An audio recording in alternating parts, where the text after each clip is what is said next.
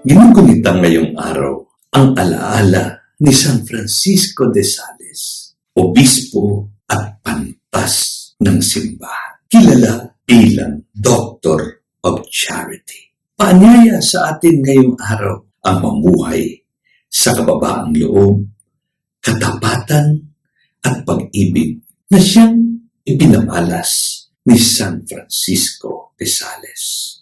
Sa mabuting balita, inakusahan si Jesus ng mga kamag-anak na nawalan ng katinuan.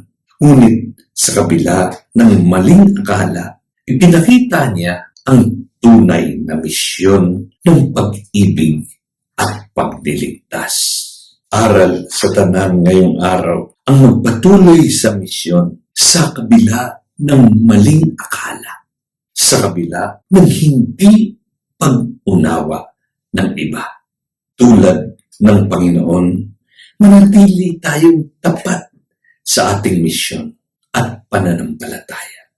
Sapagkat ang kabanalan ay hindi lamang para sa piling mga tao. Ito'y para sa lahat ng mga Kristiyano na nagsisikap magmahal at maglingkod. Hilingin natin sa Diyos ngayong pista na tayo'y gawing mapagpakumbaba, mahinahon, at puno ng pag-ibig tulad ng halimbawa ni San Francisco de Sales.